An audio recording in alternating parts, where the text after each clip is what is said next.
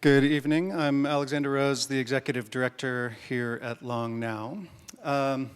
As many of you know, we do a short movie that exemplifies long-term thinking before a lot of these seminars. Tonight's was suggested by someone in-house, Laura Welcher, and the folks at the Muir Project were very nice to give us permission to run it. It's very much a present movie, but I think it gives a good piece of context for Laura's talk tonight. And well, she's going to be talking a lot about the deep past of California. I think it's always good to be reminded of how amazing its present is. And it's basically a time lapse from the beginning and to the end of the Muir Trail.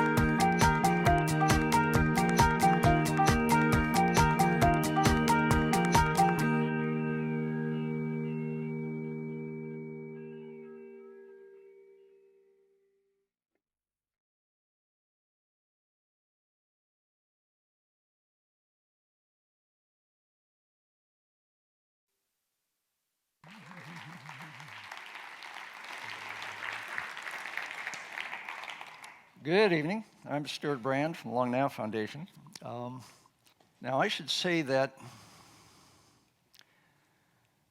poor ecology. Ecology is an observational science. It wants to be a predictive science, and it has great theory envy of other sciences like physics and chemistry and so on. I mean, we've got Darwin. That's as good a theory as you get. But every so often, somebody says, I know how it all works. And so I was taught in the 1950s at Stanford that there was this thing called succession, which led to a wonderful thing called a climax community. And so, a lake would grass over and gradually become forest, and then there would be a set of trees, and that would be it. And preservers would try to identify climax and then protect it forever. Climax went away. There's a few nostalgic preservers who occasionally refer to it, but it turns out that things don't hold still in ecology, not in any form. And sad to say, community went away. Turns out that these various species deal very intimately with one another, and then things change and they move on. Some north, some south, some away, some new ones arrive. And it's not a community anymore. We refer to it as an assemblage. Not quite as romantic. Where the romance is, I think, in ecology, is way longer than the 4-year studies that almost all ecology gets out of people going through their graduate program. ecology is this thing which happens over centuries, millennia, and more. And the ecologist and illustrator who's really paid attention to that is here tonight, Laura Cunningham.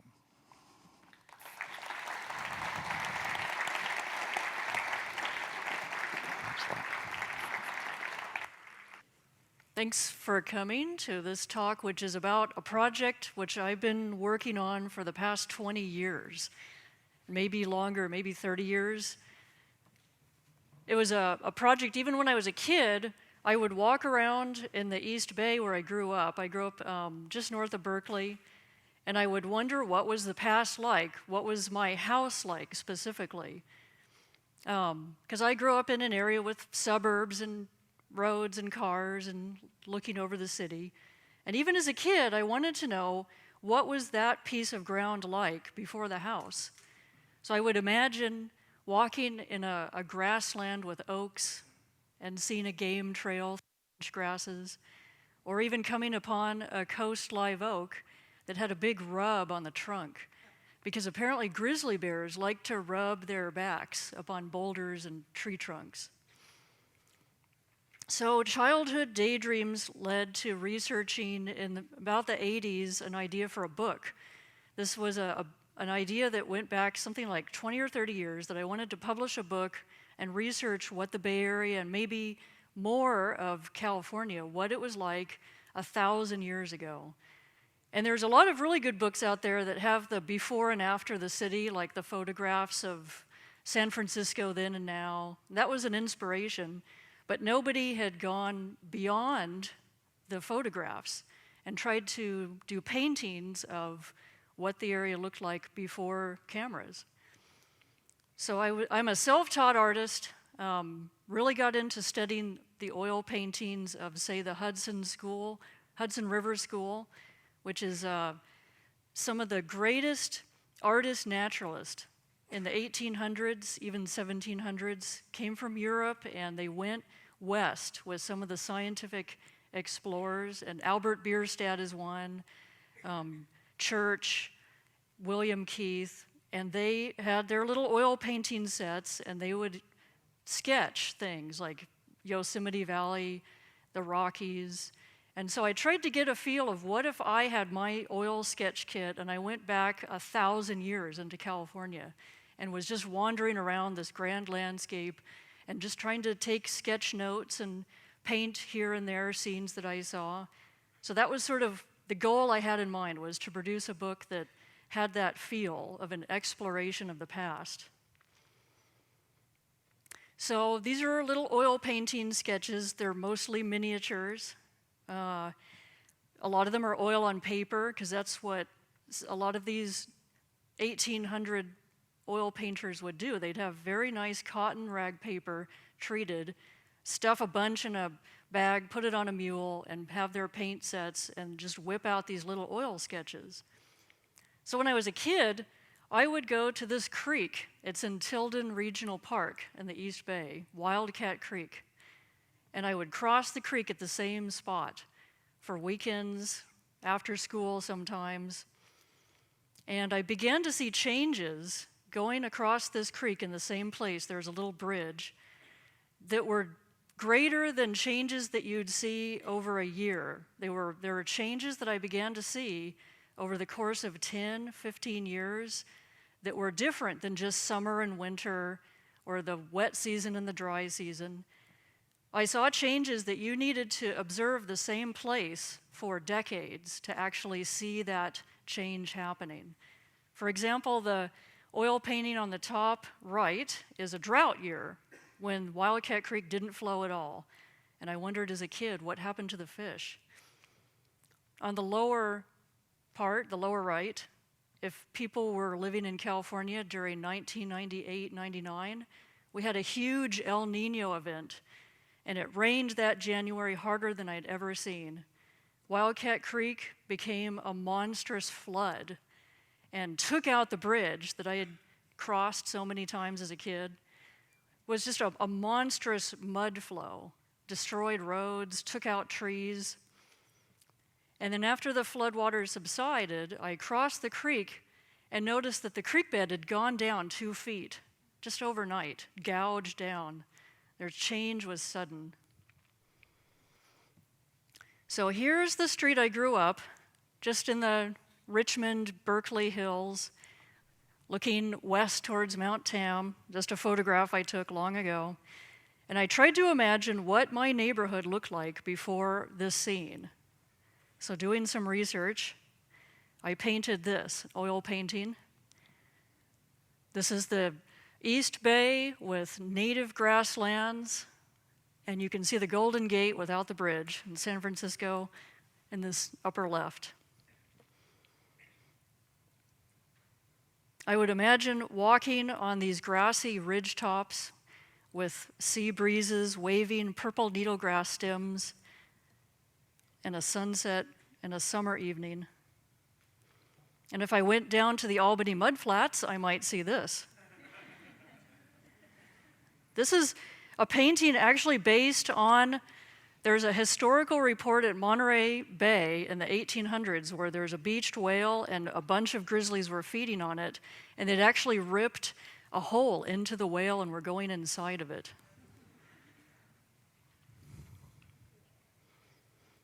Now, I must admit, this scene was a little harder to reconstruct. This took a long time, a lot of imagination. This is Nob Hill looking east. You can barely see the Bay Bridge there. And it was interesting, just a couple of weeks ago, I was walking on O'Farrell Street, and I don't know what they're doing, putting in a subway or something, but they had ripped a giant hole, and you could see some of the sand under the street, some of the old ancient San Francisco. And then I tried to get it in really close, but there was some sort of brickwork. Was this like an old street of bricks from a century ago under O'Farrell Street? I don't know, but there's always clues around to the ancient past. So putting together some research, this is the scene I came up with. This is before, and this is 200 years ago, my theory of what the same spot looked like. So Coit Tower, it would be on that hill to the right. Yerba Buena Island. Market Street in downtown would be on that bay, which has since been landfilled, and of course, skyscrapers towering above. But the scene has things like blue blossom lilac, a type of ceanothus shrub, which is flowering purple. Coyote brush, California sagebrush, a lot of native bunch grasses. And you can see a fallen elk antler. There are Thule elk roaming these hills in the past. Moving to the East Bay, Oakland, this is Lake Merritt. Just some photographs I took and pieced together. What did this look like in the past? Lake Merritt was a saltwater inlet of the bay, and of course Oakland, named for all the coast live oaks. And this is where I grew up, El Cerrito Plaza. Saw a lot of changes from a big box store, department store, to the present Barnes & Noble, all the different chains. So it's a big parking lot now. And that's Albany Hill, covered with blue gum eucalyptus, which were imported from Australia decades ago in a futile attempt to grow wood for building. But the eucalyptus turned out to be really brittle, not very good for much. But you could use clues to try to get an idea of what this scene looked like from things such as this. This is called a diseño. It's a map, hand-drawn map from the Mexican period of California, which was 1821 to 1846, and it was hand-drawn to define a land grant for a rancho. And they were really useful because they would put in the groves of trees, they would draw in creeks, they would sometimes put in individual dotted redwoods here and there. So this is actually of El Cerrito. It shows Albany Hill and the creek that still flows under El Cerrito Plaza, the original bay shore. So here's that scene of El Cerrito Plaza as I imagine it 1,000 years ago. Grizzlies feeding on fallen acorns under an oak. The bay beyond. Albany Hill was a grassland. So what I try to do, I wanted to do this for every city in California, but that turned out to be just, the publisher said, no, we got to stop it. You can go on forever. But I would try to go to different places. This was the mission at Santa Barbara, and take photos, get a nice scene, and then try to research that exact piece of land and try to reconstruct what it looked like in the past. So this is my oil painting on top, and you can see the ridge line is the same perspective and view. This was a little easier to reconstruct because, of course, the Spanish missionaries came right to that spot and tried to describe it. And they mention scattered oaks, a lot of grass. A lot of it was burned off by Indians. And there were also tall grasses that were the size of a man on a horse. They came up to the saddle horn. And they, of course, didn't really say what species of grass, which doesn't help us today. But when you go north of Santa Barbara, along a similar stretch of coastline, there are these big, tall grasses, and they're native. They're a type of giant wild rye. And so I decided that might have been what he was seeing. So I put those, the big brownish bunches, into the painting. Going inland, this is the Friant Dam on the San Joaquin River today near Fresno. Long ago, it was a free-flowing river, of course, with salmon runs.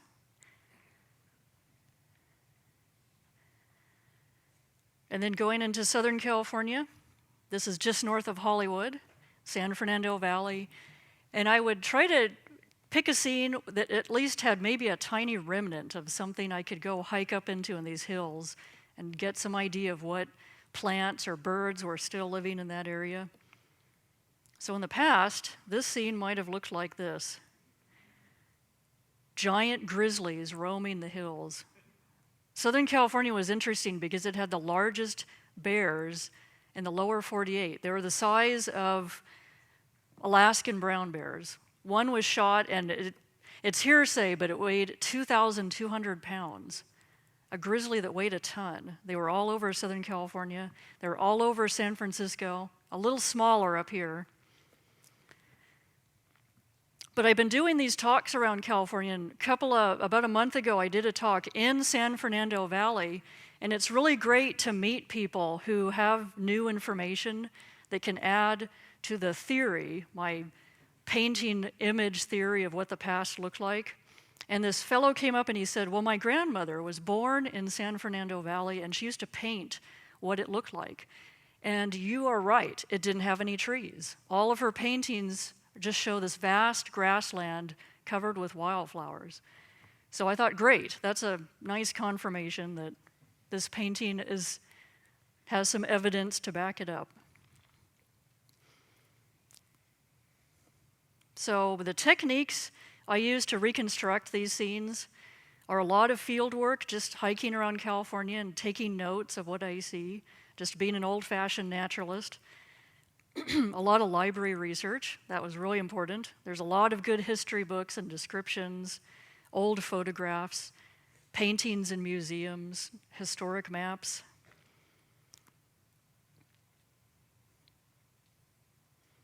And even their vacant lots. This is my sister and I walking around El Cerrito, trying to get some idea for the painting reconstructing El Cerrito Plaza. And we found a native grass right on this strip along a street. And I don't think anyone planted it. It was just an empty lot, had not been built. The other photograph is of a creek that had never been cemented over, just flowing right by houses, a clue to the past. So I take all of this evidence and research back to my studio, and I begin a painting with a little thumbnail sketch, just a little idea sketch, scribbled quickly on paper. And then the next stage, I take it to a more detailed pencil sketch. This happens to be a scene of the past of a Maidu village with the Sacramento River flowing into the delta, the North Delta. And this is a stage which is useful to send or email these images to experts and try to get some feedback. And one anthropologist told me, well, the Maidu village probably had different types of architecture in their houses. It was more varied than you made it. So the next stage, I'll add color, and you can see I varied the huts. And then I sometimes take these into a large oil painting full size, like an oil on panel or canvas. But for the purposes of this book, they're mostly small, such as this painting of a grizzly long ago. This is in the South Coast Range. So the golden bear, the grizzly, that was quite a fascinating topic, to think that these grizzlies were roaming about right around San Francisco, the East Bay, apparently abundantly.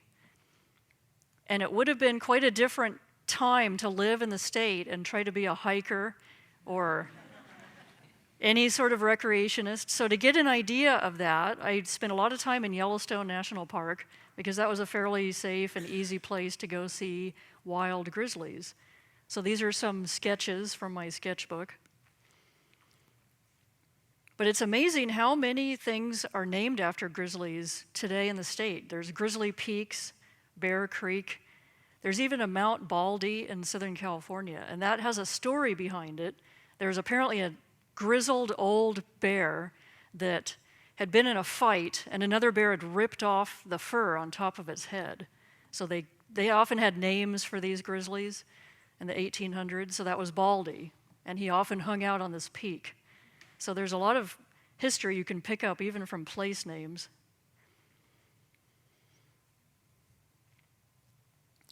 And in my researches trying to reconstruct what California grizzlies were like, I discovered that they ate a very wide variety of foods. They were big enough to chase down and kill a bull elk, which is the size of a horse. They like to use their claws to dig up ground squirrels and gophers, and also the bulbs of wild onion. But they ate a huge variety of plants, from manzanita berries to clover to California blackberry. And of course, they also like to eat salmon, the abundant salmon and trout that were in our rivers. This is a painting of grizzlies feeding on salmon in the Sacramento River, once a common scene. You can see the long claws that these grizzlies used to dig. That might have had a real influence on the grasslands in the past, all this tilling and rooting by grizzlies. But as we know, the grizzly is no more in the state. I lived briefly in a town just near Watsonville called Corralitos, and I learned that that actually was named for the bear and bull fights that often happened in Corralitos, which means little corral, the bull pen. So the last grizzly in California was shot in 1922 in Fresno County. However, one was seen in Sequoia National Park in 1924.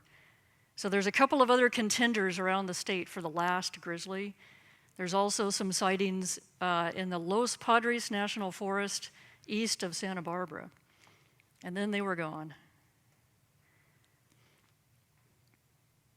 Some of the other animals that were very common all over California, Central and Northern California, including San Francisco, were elk.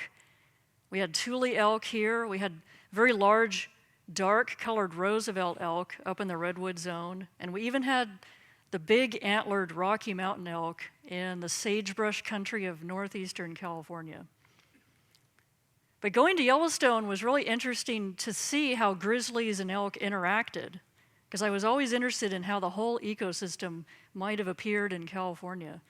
So I went to Yellowstone one spring, and this sketch on the upper right shows cow elk had just dropped their calves. And I learned something that spring, that grizzlies really like to eat calves, newborns, an easy target. But the calves are born without any sort of odor whatsoever.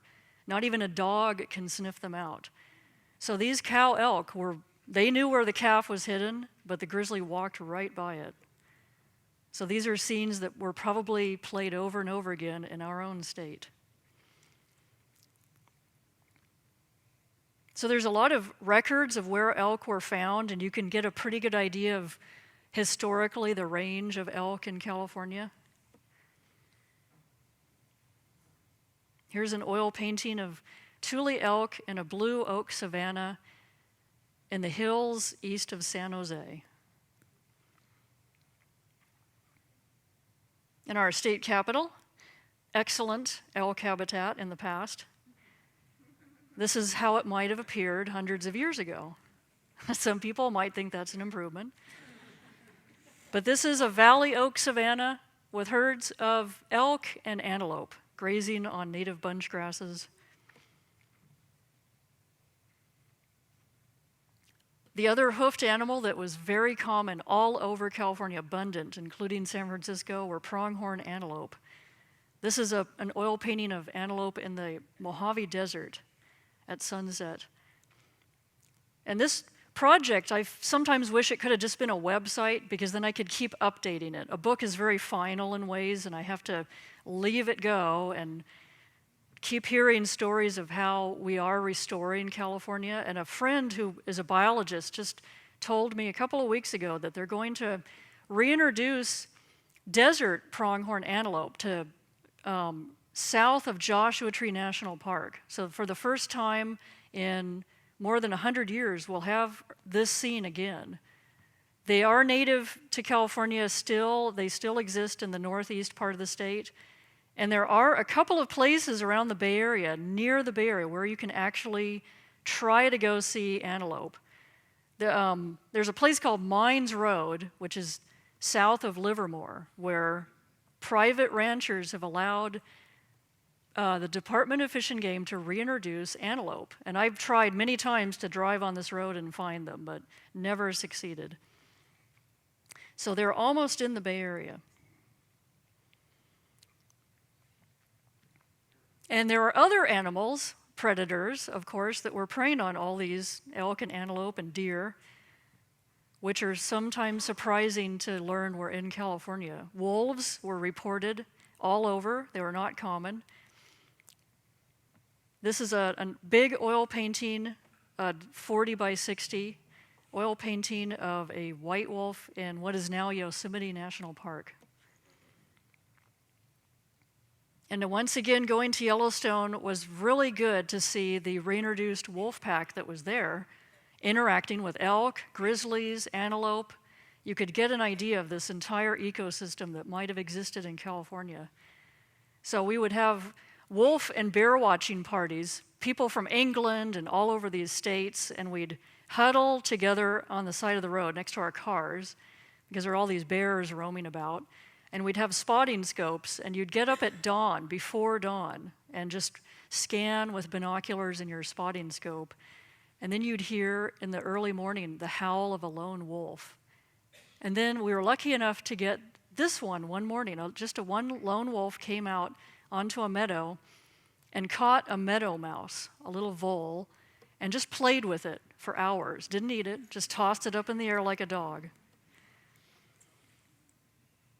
But even stranger in California, we had native jaguars.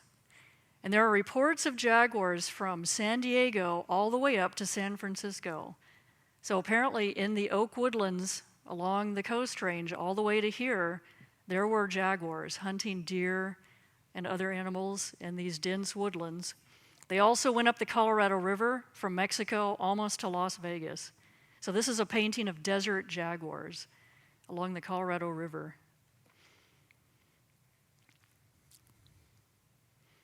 And of course, California condors, one of our great state legacies, all over the state in the past. And I was lucky enough in the 1980s to go sketch and watch for weeks on end some of the last wild condors. Back in the 80s, there was something like 8 or 9 left in the wild in the whole world.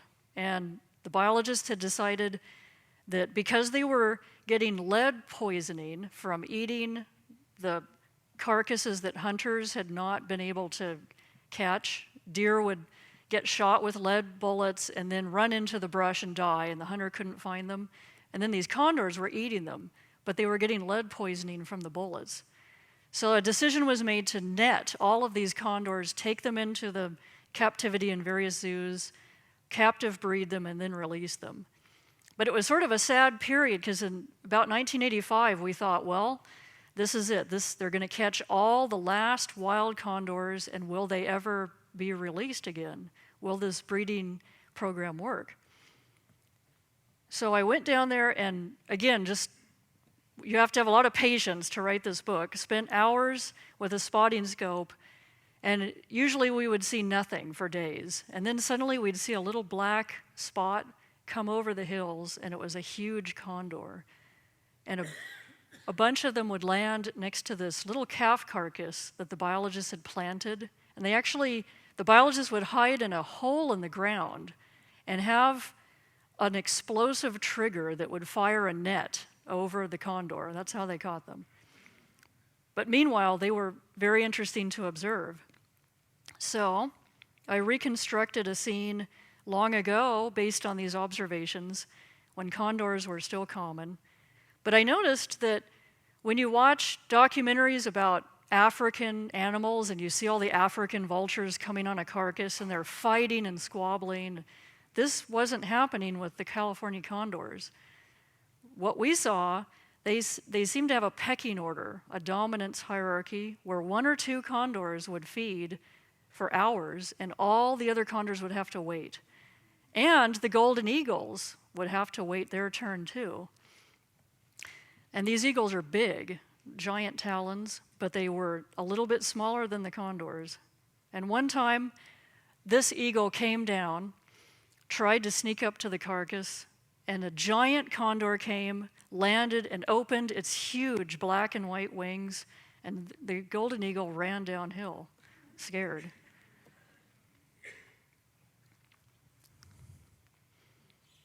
An oil painting of what may happen soon in the future: bald eagles and California condors feeding on salmon in a redwood stream.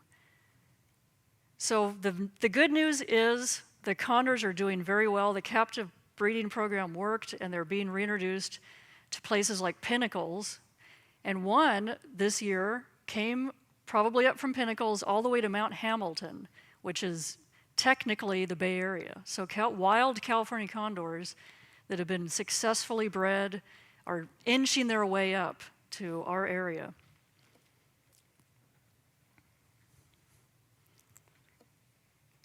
And then, of course, there is the salmon that all these grizzlies and condors fed on in the past. This is Carquinez Strait long ago, without the bridges, the ships. And I used to think, sitting on this hillside, looking down at the gap in the Coast Range where the combined flows of the Sacramento and San Joaquin pour through into the bay, what was it like at certain times of year when 1 million 4-foot-long fish crowded through that strait up hundreds of miles of streams and rivers all through the Sierra? It must have been amazing. Most of those salmon were the Chinook salmon that get really big. They were our most abundant large salmon in California, into the main stem rivers of the Sacramento, San Joaquin, all up into small streams in the Sierra. These are the spawning colors. They're pretty dark. Those are eggs. But I used to work for the California Department of Fish and Game, and I learned a couple of the secret places where you can still see these Chinook salmon spawning. So this is an oil painting of a tributary off the Smith River in December near Oregon. And the dark forms painted there are the big salmon, like 3 feet, 4 foot, and they're going under these rapids and using their tail to make what's called a red, which is a big scoop in the gravel, and then they lay their eggs.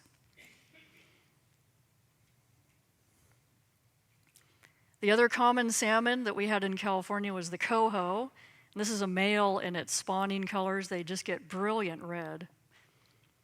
And these were more of the coastal salmon in the small creeks and streams from Oregon all the way down to nearly Santa Barbara, and maybe even south of that in the past. So this is a painting of a mother grizzly and cubs coming to feed on the spawned out cohos, and it's based on an area that you can still see this scene, minus the bears. It's Lagunitas Creek in Marin County. This is one of the few places that the coho still run up, and they may be running right now, because whenever rains come and increase the flow, that's when they go up.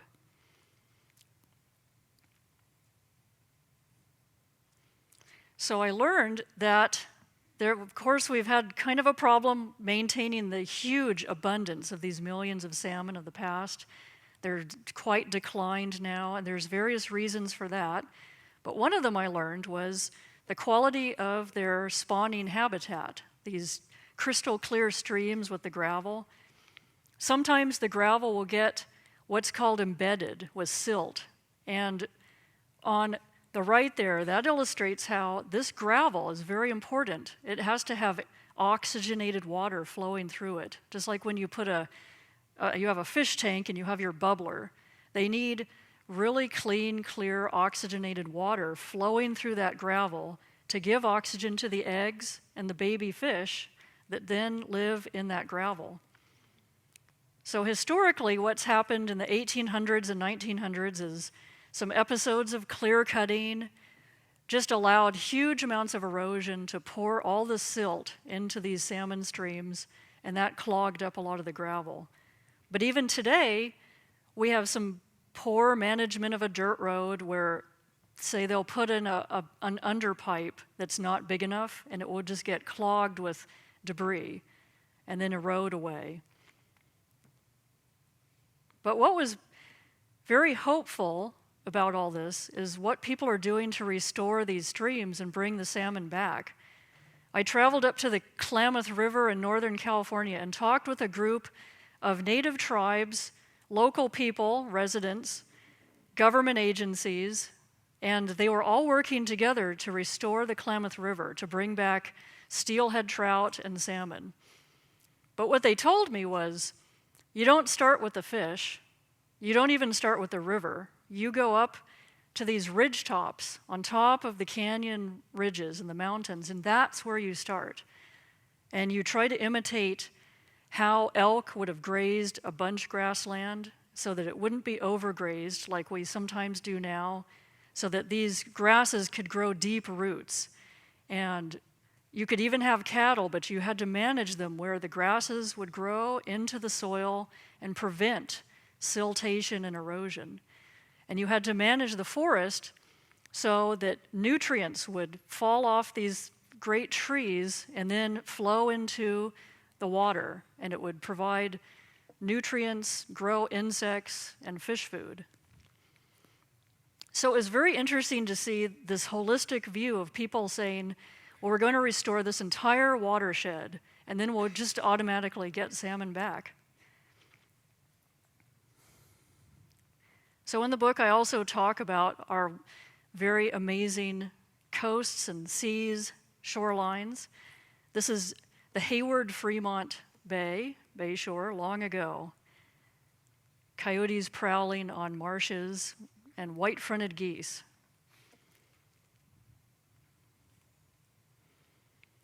And San Francisco Bay had, and some of the coasts, the protected bays on the coast, had these huge shoals and schools of small fish like anchovy and herring and sardines. And it would attract whales and sea lions and fur seals feeding on this. And I used to think that this was a thing of the past, but last February, my sister, who lives in Richmond, saw something that I thought was truly amazing, and it was just because she was walking on the Bay Trail. It was in February, and she saw 1,000 seagulls covering the water, the shallow bay shore waters. And they were jumping and diving into the water and just flying and making quite a racket, calling.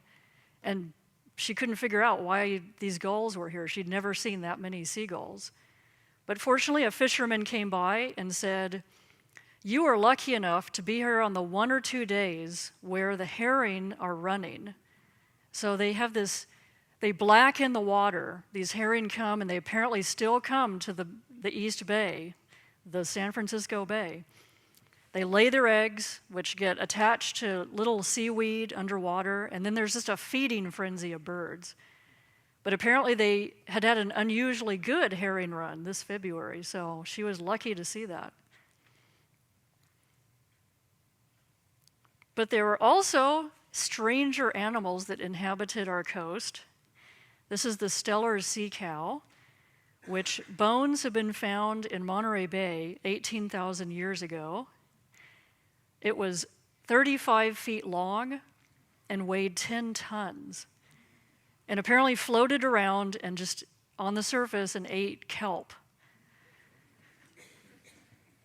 Now, since 18,000 years ago, the climate changed, and it really likes cold water, so its range shrank up into around the Alaskan islands, that area, so it was only found in Alaska, and it was discovered to science in the year 1741, and then went extinct in 1768.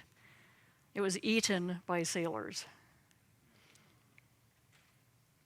There's some other strange birds that were recorded in California, and there's some real mysteries that I haven't been able to figure out.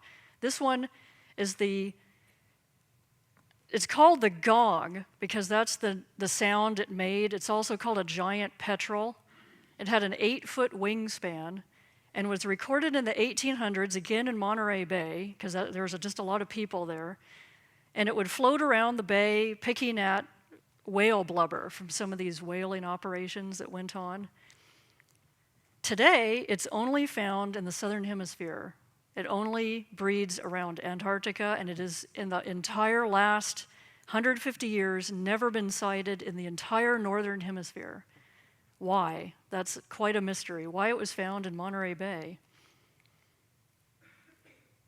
But there are even stranger animals yet. This is an extinct diving goose that was found on the Channel Islands and up into central California. Its bones have been found in the Emeryville shell mound, some other shell mounds. And it was flightless. So it had vestigial wings like one of the Galapagos cormorants. It could not fly. It's related to sea ducks called scoters, and it was big. It was the size of a Canada goose. And paleontologists looking at its skull think it had a very heavy-duty bill and strong neck muscles and dove under shallow water to wrench off mussels. And that was its entire life. It never flew. It went extinct about 3,700 years ago, and nobody knows why. And this is another mystery. It's a lot easier to see the evidence, but to see the cause of that evidence is difficult. Was it changing water temperatures due to gradual climate changes, or was it overhunting by Native Americans? Nobody knows.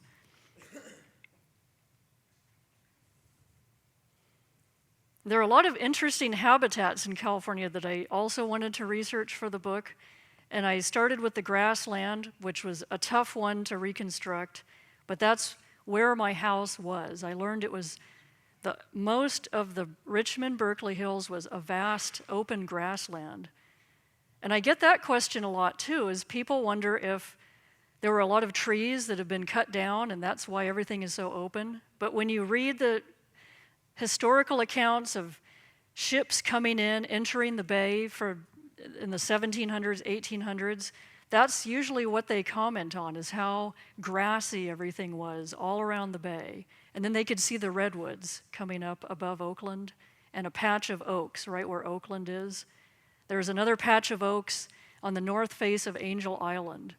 And some of the canyons had little oak groves, but it was mostly grassland, including San Francisco, full of grasshoppers, they say, ground squirrels and rabbits. Here's Silicon Valley, long ago in the past, and the hills were just open grassland this is a nodding wild rye and bluegrass, native bunch grasses.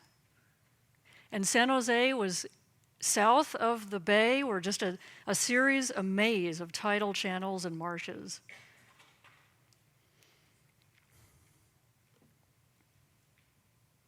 Now the manuscript for this book was gigantic because I wanted to cover everything and make it a huge academic encyclopedia.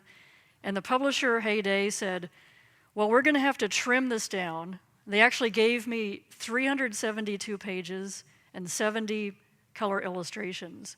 And then it took 4 years to get the manuscript down to that, the book that's there. They did a good job.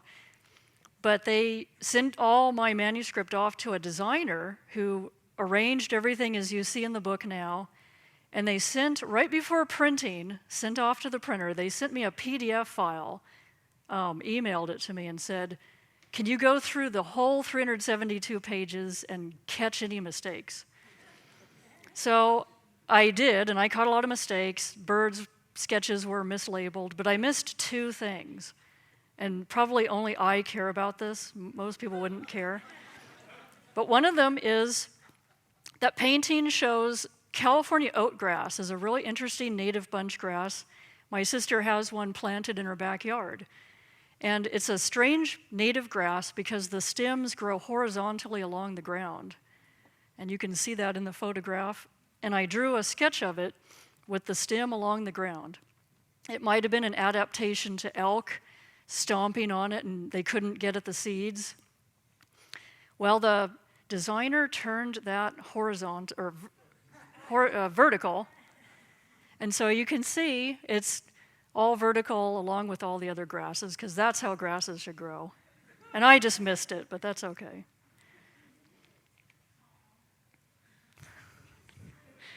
Here's an oil painting of a really interesting type of habitat within our vast and varied native grasslands in California. This is a vernal pool. And this changed very quickly through the year. From in winter, it was full of rainwater and had fairy shrimp and tadpole shrimp and frogs and salamanders breeding in it.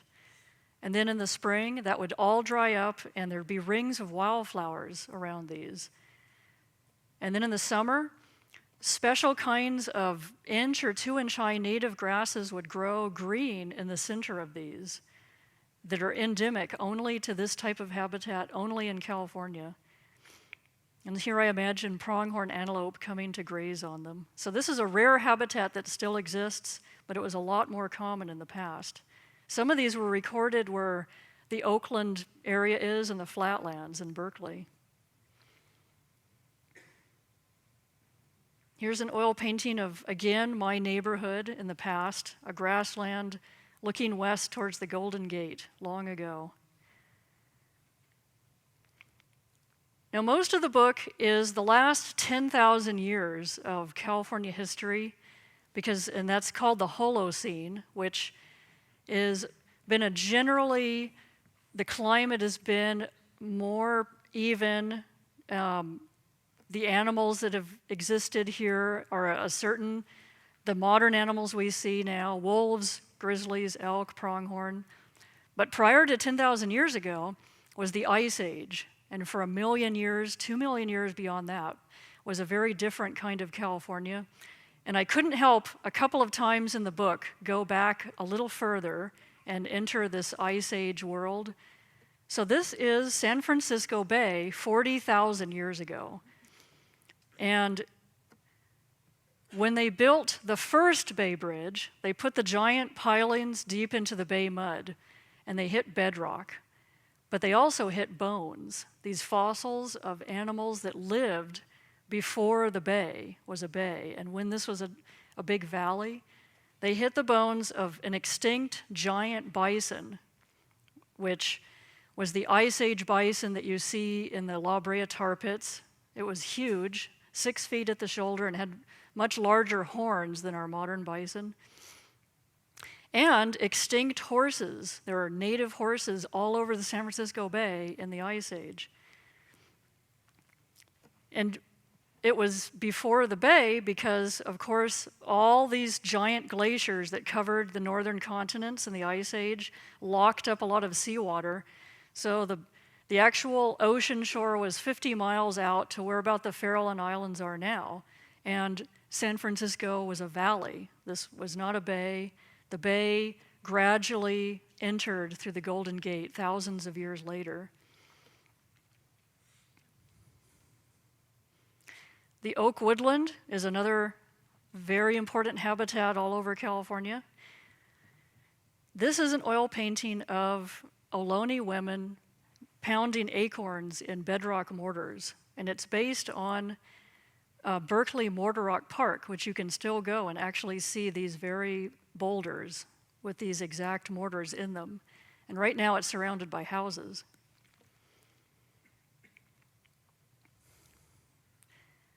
But oaks had a cyclic ecology that we may have disrupted at times now. This is a dense summer jungle of valley oaks, which was very common along the rivers, such as Sacramento, San Joaquin, draped with curtains of California wild grapes. But in the winter, before the age of dams and levees, all the snowmelt from the Sierra in the spring would spread out over vast areas of the Central Valley and flood the roots of these valley oaks and give them nutrients. There's some problems now with the lack of oaks reproducing, and some of it may be due to these ecological changes that have happened, where we don't allow these valleys to flood anymore and have huge inland seas. But that's precisely what led to all the abundance and fertility of the Central Valley soils. I think this was a cotton field that I took a picture of after it had been turned and harvested, somewhere near Bakersfield. And in the past, this is a particular spot called the Cahuilla Oaks.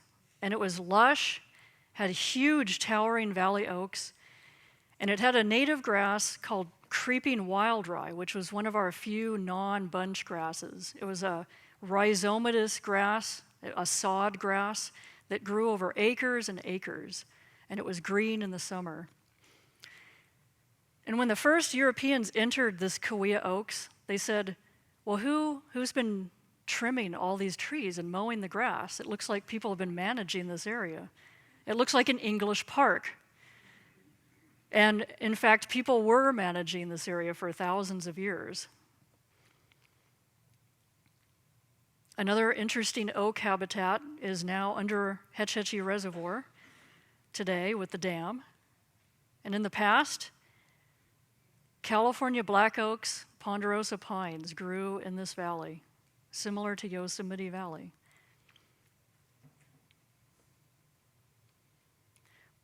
In all the researches for this book, though, what I found the most interesting, more so than the grizzlies and these habitats, was the processes that caused this change over 10,000 years. Processes like fire, flood, climate, that we think we can control sometimes, but we may not be able to. We need to learn to live with them like people in the past. This is a Chumash village, and you can see that there's a lot of evidence of fires in the area. There's some smoke on the hills. People for thousands of years were setting fires to almost every habitat in California. And I've heard a term called fire stick farming, where instead of using a plow, you use a stick and set fire to habitat to maintain it with fire. And I talked to some native elders who told me, well, we burned everything. The marshes under the oaks, the chaparral, the grasslands, and they had a very complicated system of, for grasslands, it might have been every year in a certain area. In oak woodlands, it might have been every 5 years. I mean, people just now are starting to discover how complex a system this may have been for thousands of years, shaping the state. And then, therefore, there's a lot of plants that are fire adapted. In the chaparral especially, there's two kinds of plants that respond differently to fires. One is like manzanita, doesn't die, but has a root underground and it sprouts. Another kind, the adult shrub dies, but it throws out a bunch of seeds, and the seeds grow really quickly, and it becomes a shrubland again. So learning how important fire is to the California habitats and landscape, I had to become somewhat of a fire follower and go seek out control burns and even places that had been accidentally scarred with fire and go see what happened, observe the land. So this is a valley oak woodland that I painted near an accidental burn along a highway. But it imitated perhaps a native burn because it was a low intensity grass fire. And when I came back about 2 or 3 weeks later, the bottom painting, I thought, well, that looks bad. All the oaks look dead. This is a bad scene. But when I walked into this scene, all the blue oaks had sprouted new green leaves. They had just been singed. They weren't dead at all. And there were actually some native purple needlegrass bunches that even after 2 or 3 weeks were growing new green leaves. So the whole landscape was coming back in less than a month. Here's a painting in the Tehachapi Mountains in Southern California, and this woman has burned over this hill slope several months ago of gray pine, interior live oak, and shrubs. And she knows that in several months she can come back through and collect different things that the fire has caused to grow. Because after a fire, some shrubs will grow very straight new twigs, and these are excellent for making baskets. And she also knows that fires will attract elk, which the hunters hunted, because elk enjoy dining on the new green growth of grass right after a burn.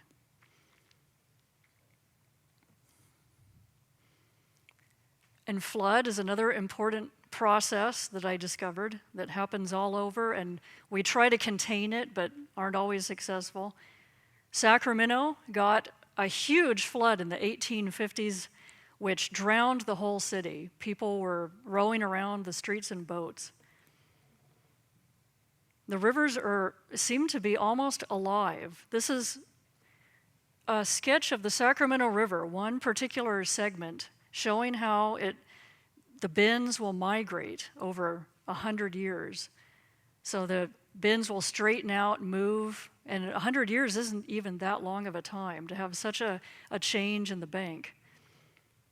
And then this is a map showing these inland seas that would form in the Central Valley before the age of dams and levees.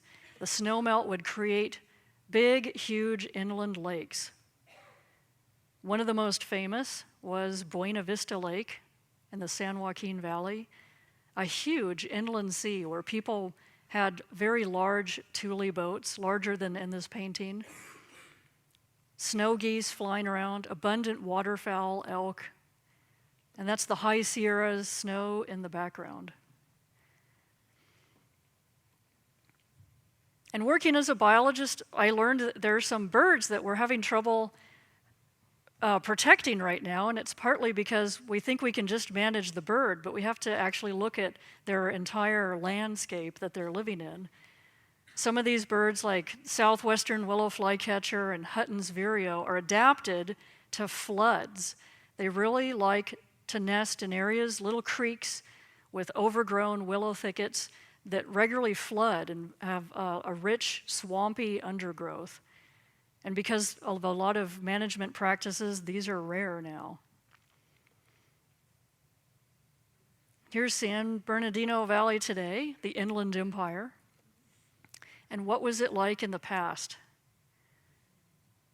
Here's the Santa Ana River with cottonwoods, willows, and sycamores, and it regularly flooded out, creating these nice marshes with rushes, alkali sacaton grasses, and these are kingbirds perching in a giant sunflower that grew to be 15 feet tall, a native sunflower.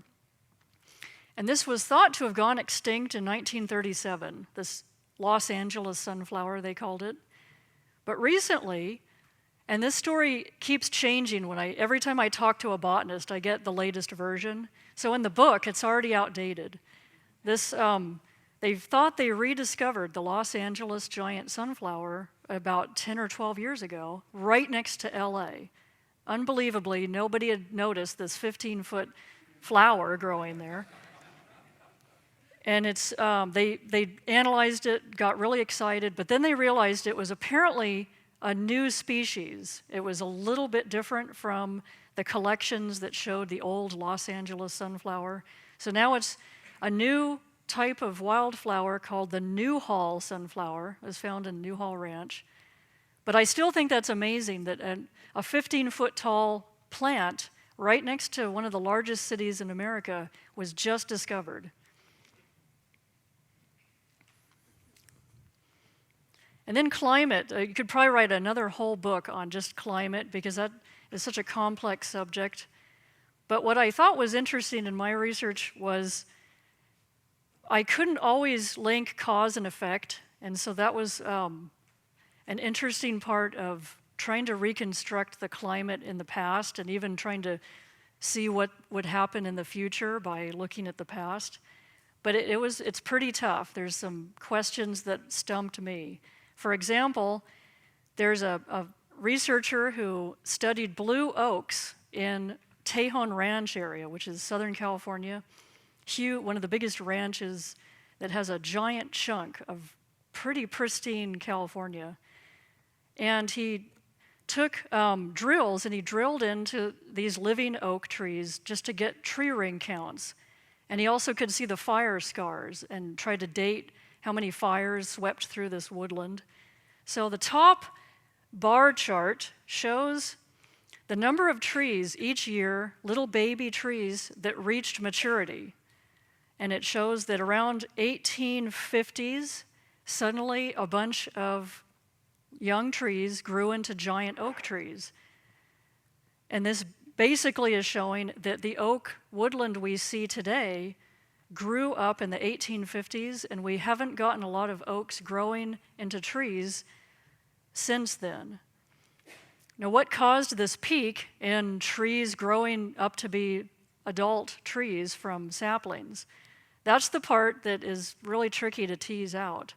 Because right at the same time, 1850s, the bottom chart shows how there was a little ice age in California, in the Sierra Nevada. Prior to that time, lasted 400, 200 years, and there were growing glaciers in the Sierras. And then, right about 1850, they stopped growing and started retreating. So this shows ice levels and buildup suddenly going into this decline.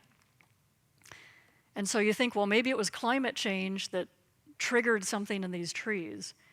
But the fire scar history that the researcher found saw that there were apparently native people were burning this woodland regularly, almost yearly, until about 1850.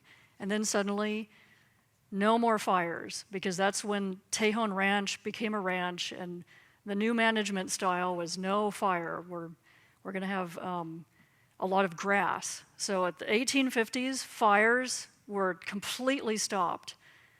And I learned that fire actually will kill a lot of the pests, such as ground squirrels, that eat the acorns. So perhaps this lack of acorns and growing into trees was due to an abundance of ground squirrels. But at the same time, 1850s, that's when the big cattle herds were brought in. For the first time, Tejon Ranch had large herds of cattle, and cattle like to eat acorns and browse on saplings. So there's a lot of possible causes for the patterns we see in the past, and we can only keep gathering more evidence. Some other interesting climate phases that we've had are El Niños, where warm water will often come up and go pretty far north off the coast of California, and this will bring with it southern tropical species like tuna. And for fishermen, this is a boon, having these warm phases. And it was interesting, I learned that the word tuna actually originated in California. There were tuna clubs that were off of San Diego, Santa Barbara, and LA, and they caught a fish called a tunny. That's the original spelling of it. Later became tuna. And these tuna clubs thrived. That city of Avalon and the Channel Islands was their headquarters. But then the warm water phase left, and so did the tuna. and a decline in sport fishing happened. But it comes back once in a while, and we get tuna coming far up almost to San Francisco. There's some other strange birds that might be related to climate change that have been recorded in the past. This is a painting of a white-fronted magpie jay. And if there are any bird watchers in the audience, you're probably thinking this isn't in the bird books. But it was sighted in California in the 1800s, and it now only lives in Costa Rica and a little bit of southern Mexico. But for some reason it was even recorded in Oregon. So in the 1800s, there was some sort of cooler climate, or was it wetter to bring these tropical birds up? And there's a pattern here. It wasn't just somebody mistaking one odd bird and misidentifying it. Some of the early ornithologists, John Townsend, who was a famous pioneer ornithologist, recorded this strange woodpecker in the mountains of Southern California. It's called the imperial woodpecker, the largest woodpecker in the world. It is related to ivory-bill woodpeckers. And today, it's completely retreated away from California and only lives in central Mexico in old-growth pine mountains. So why it was seen in our state 2 centuries ago, no one knows. But even stranger, there was a naturalist who, his name was John Xantus, and he was an army medic, but he was also a great naturalist, and he was stationed at Fort Tejon, which is along Highway 5, where it enters the Grapevine Pass. And in 1857, he was such a good pioneering scientist that he recorded a lot of the animals that lived in California and mailed his specimens back to the Smithsonian. And of course, he had a gun, he didn't have a camera, so he would go around shooting birds and animals and grizzlies and skinning them and shipping the skins back to the Smithsonian. This is the way they did it back then. But one day, he climbed up this tree to get to a hawk's nest, and he looked into the hawk's nest and he found the head of a parrot, a big green parrot with a patch of red on it.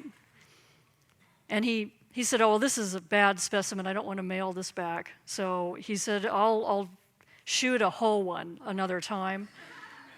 But he never saw another one. And he wrote a letter to the biologist back at the Smithsonian. He said, I'm really sorry I didn't collect that parrot head because I've heard other people talk about flocks of parrots outside of San Diego. And I've talked to some people about this, and they say, well, it was just people had pet parrots and they got away. But this was 1857, and that is possible. But it is also possible that a native thick-billed parrot, or a different species, it was apparently a large one, was coming into California because of some different climate or different habitat that we don't have today because of some change in some ecological process. So I have a theory that it might have been thick-billed parrots. So I have a painting of those living in California. But it's still a mystery. So what can we do to maybe take a little bit of this early California and try to bring a little bit of it back? Some people will come up to me and say, well, you just want to get rid of all the cities, right, and go back to this time. And I tell them, no, I enjoy our culture, and I really like California, but I think it would be really nice to bring some of this back, some of the healthy old ecosystems and some of these ecological processes in the past. I think it actually could be very important to learn to live with fire and flood and some of this climate change that people have learned to live with thousands of years ago. This is just my sister over in Richmond. She's tried to restore that same native grassland that used to live on the hills in the East Bay in her little tiny yard in the suburbs. So she has native wildflowers, native bunch grasses. And it can be tricky because the city of Richmond actually knocked on her door and said, you need to cut these weeds. So she has a process of education to try to get the city to accept her little bit of old California. So in conclusion, I can't resist going back to the ice ages 20,000 years ago to see how different California has changed. We think that California is, you look at the land and it's always been that way, but it's always changing. And the farther you go back in time, sometimes it's unrecognizable. This is a scene that was all over the Bay Area in the Ice Age. Giant Columbian mammoths roaming about, packs of saber-toothed cats, sometimes going after the baby mammoths, and the largest North American mammalian land predator ever to live, the giant short-faced bear. It was 6 feet at the shoulder and designed to run. So it may have looked much fiercer and made the grizzly appear tame. So, and thank you for coming, and I hope you enjoyed my glimpse of early California. Thanks.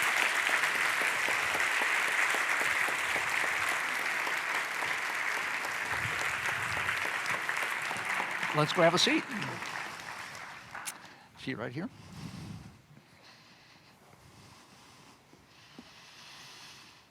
Well, of course, Paul, somebody has a question. Any predictions for what California will look like in the next 100, 1,000, and 10,000 years? Yeah, that's the trickiest question, because I've really studied the past a lot, and then to try to apply that to the future, I just think that's a tough proposition. So what I try to do is say, well, look at those ecological processes I was talking about, like fire and flood and the climate change, and try to apply those to the future. Like, we're not going to be able to totally control what California landscapes will look like, but we can try to guide some of those ecological processes into the future to keep our habitats healthy. So if you take a piece of land, you're not going to be able to restore it to exactly how it was in the past. And you're not going to be able to exactly control what species are there 200 years from now. But if you can help it along by, say, doing some control burns or letting the creek flood it once in a while, that can help it take care of itself. You might actually guide that piece of land to a healthier future. So I try to look at it in a more abstract fashion. Well, it's interesting. This is the first I've heard of a kind of a go with it sense about climate change. And even though humans are engaged in pushing it, nevertheless, climate shifted all during the time that you look, ice ages and stuff like that. So there's a kind of an accommodationist view that emerges from this. Well, you know, stuff comes and goes, the sea level rises and falls. Go with it. Is that your view by this time? I definitely think we can be more sustainable as we are now, but I'm not a believer that we can control nature. So I am of the thought that adapting to the change that may come in whatever form is a really healthy thing to learn. I mean, I'm not against trying to lower carbon emissions. I think we should definitely be doing that, go with renewable energy. But I am also a believer in these processes can't always be completely controlled, as I've learned in the past. So learning to live with them is also really important, I think. You know, I realize a period missing. So the Ice Age is up to 12,000, 10,000 years ago. And then it gets warm, and the water comes in and fills the bay. But also we got humans around at that point. And they're killing megafauna, the ones that don't kill them, and burning.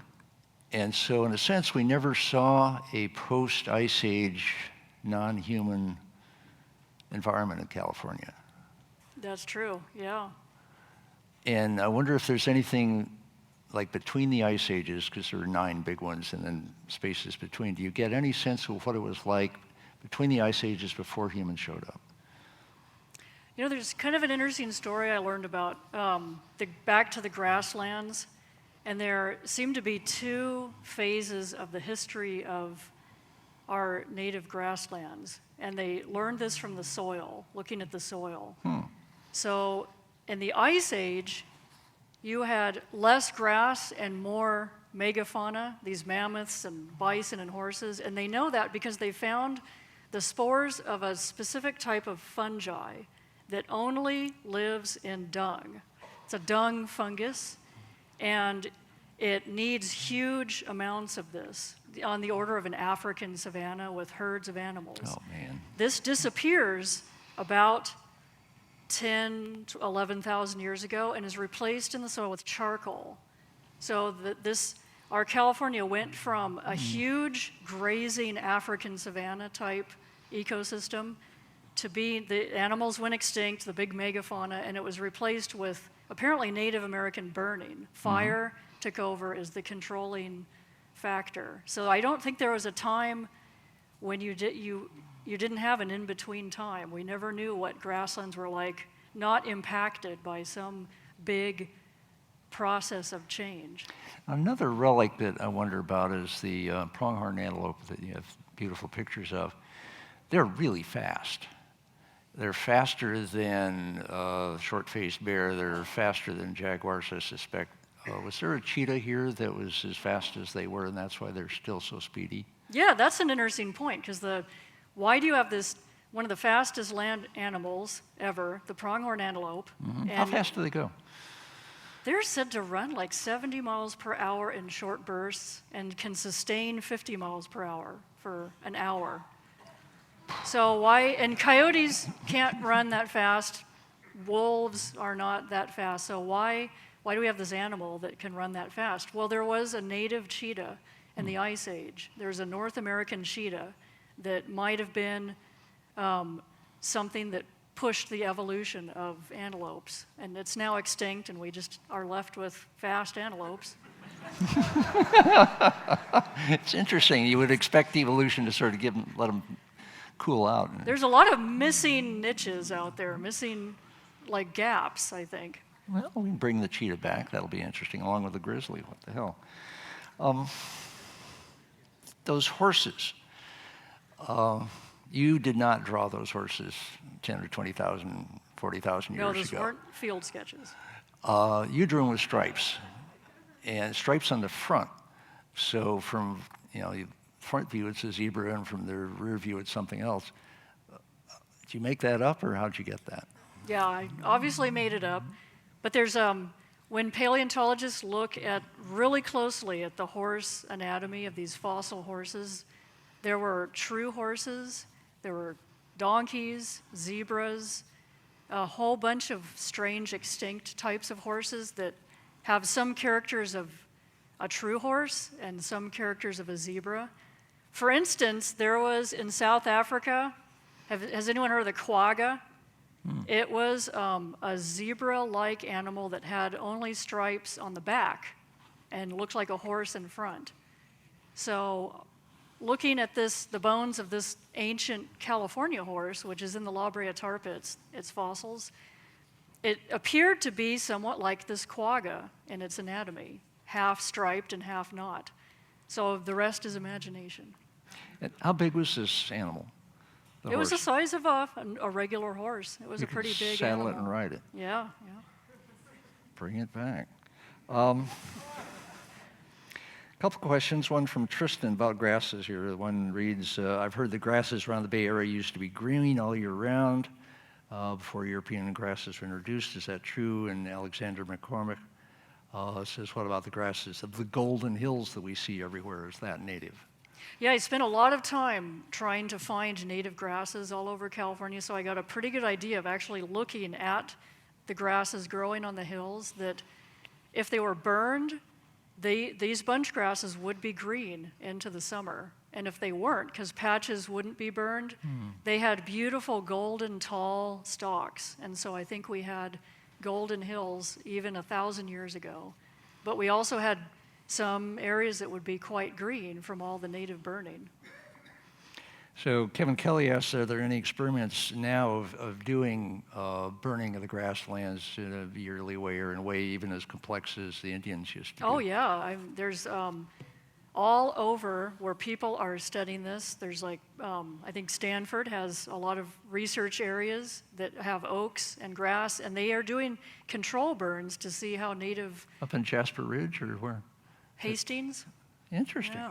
So, Yeah, good for them. you know, national parks are What taking fun. this too. Yosemite National Park has a whole program of control burning under the forests to try to mimic this ancient pattern of native burning, bring health back to the ecosystem. So natives and aliens, there'll be a few questions on these. Personally, I'm a native plant Nazi and a bio-bigot, as we're called. So Lily asked, to what extent do you consider invasive species to be a threat? And Mary McAllister asks, native plant advocates in San Francisco seem to believe they'll be possible to replace all our non-native trees with native trees. Based on your knowledge, do you think that's possible?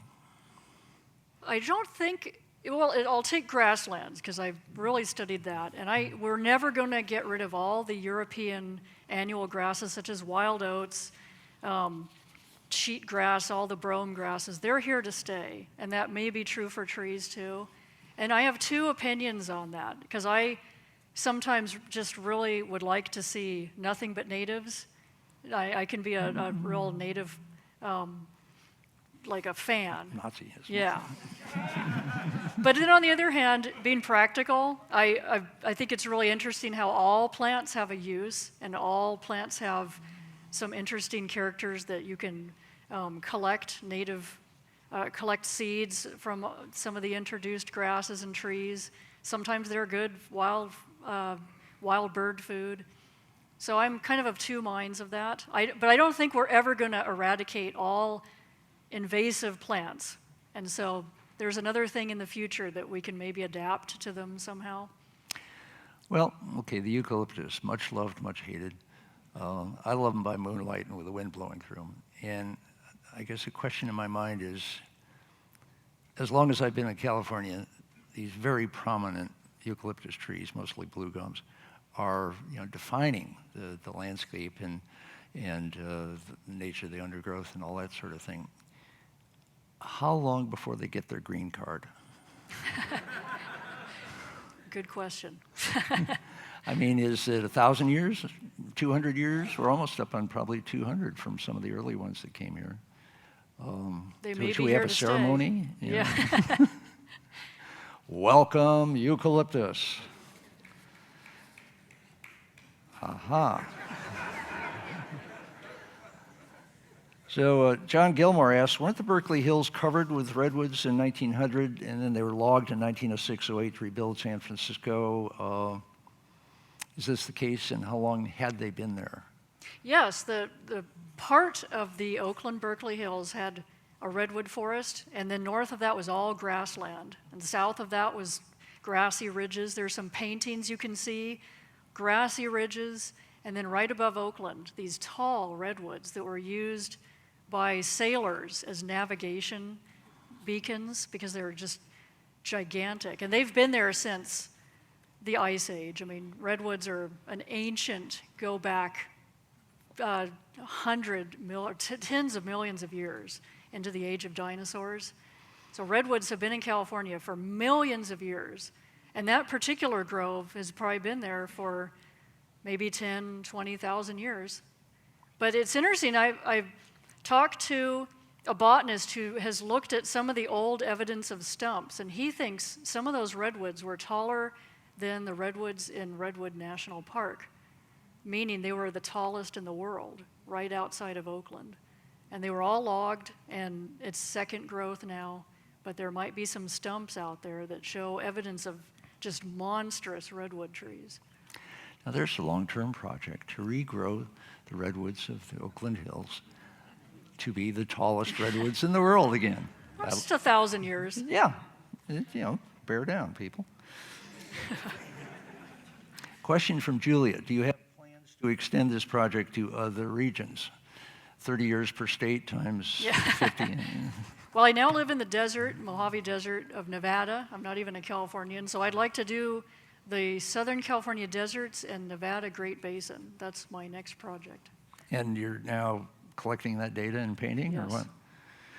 And what do you find? Well, we're very interested in this at Long Now Foundation because we're aiming to build a 10,000-year clock in eastern Nevada over in Spring Valley, where I guess you've been. So what's the sort of general picture of the last 10, 20,000 years in Nevada? What's been going on there? Well, it's interesting because it's not, of course, a lot of cities that you have to reconstruct, but there have been vast times of epic drought where things were quite dry thousands of years ago, and then there were times of great lushness and lakes, water areas. So it's a little more subtle than parts of California that have had so much building and development. You've probably spent time up around Pyramid Lake, which is sort of a relic of the ancient huge lakes that were in that area. And what do you, Pyramid Lake, if it's just this, it's not small, but it's small compared to what used to be there, with mastodon bones sticking out of the silt, as I remember, and Burning Man going up on top of the silt. Yeah. So, and deep. I mean, I was told that silt is like thousands of feet deep in parts of like the Black Rock Desert. So when you go back, what was Nevada like when it was those lakes? That's an amazing, those were Ice Age lakes that were huge. I mean, they were the size of, the whole Salt Lake Basin near Salt Lake City. That was all covered with an enormous inland sea, and then parts of Nevada, all interconnected, huge, diverse fish faunas.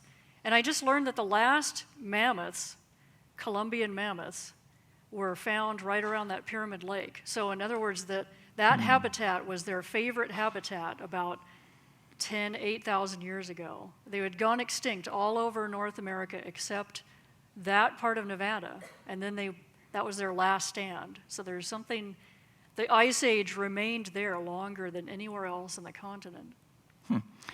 That suggests that Nevada, in a way, has greater extremes, maybe because of the rain shadow of the Sierra Nevada. And, so California is, somewhat modulated by being next to the ocean? Yeah, we have this beautiful Mediterranean climate it almost imitates, California west of the Sierras is more like 40 million years ago when we had the Tertiary period and it was a little subtropical. And Nevada is more like the Ice Age with extreme cold and winds and intense temperature changes. So yeah, we're pretty lucky here. It's a mild climate. So it sounds to me that if the temperature keeps going up because of anthropogenic climate change, or whatever reason, it's getting warmer, the tuna are coming back, California's redwoods, I guess, will be okay because it's moderated somewhat by this Mediterranean climate. But Nevada is going to be all over the map with climate change. Is that what it looks like from your standpoint? Yeah, I keep trying to research models of what, say, the deserts in Nevada are going to look like if we have a warming climate. And some areas will get rainier because the rising sea surface temperature in the Gulf might produce more of a monsoon and produce more summer rain. Right. And other areas will get drier. So it's tricky to pin it down. It could be complex. Now, you mentioned a little earlier you like renewable energy, but I get a sense from your websites that you're not terribly fond of solar farms out in the desert. At least, well, say a little more about that. Well, yeah, having moved to the desert and studying these long-term changes in these beautiful desert valleys, I discovered there's sort of a good solar energy and a not-so-good type of solar energy. And one of the good type is where you plaster all the roofs in a city with solar panels and hook it directly to the grid, and it's used right locally where you generate the energy. And this is fantastic to me. But there's another kind, which I kind of call the industrial model of solar, where they take a valley full of desert tortoises and yuccas and Joshua trees, and they have to grade 7 square miles flat and move all the tortoises to put these solar panels, which they could put on roofs.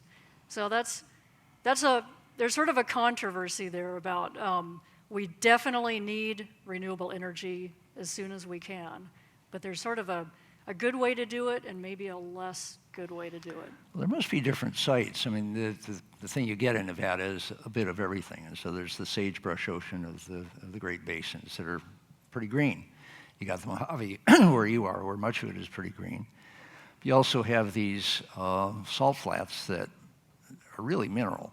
Is it okay to put solar there? You know, that's interesting. I actually asked the solar companies, could you move it off this green, lush desert onto the flat? And they said, well, that floods in the winter. All the rainwater comes, and you don't want to have your electric cables between the panels flooded with water.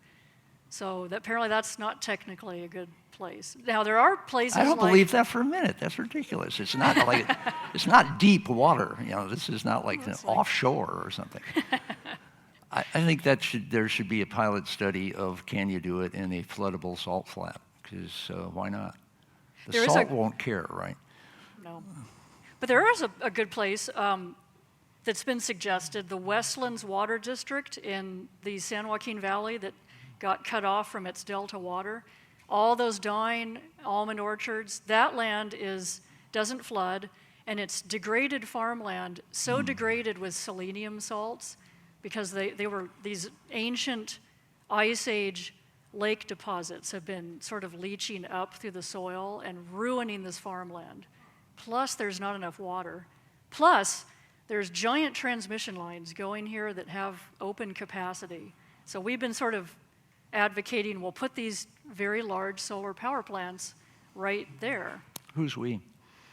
I have a group called Basin and Range Watch that tries to advocate for sustainable use of our deserts.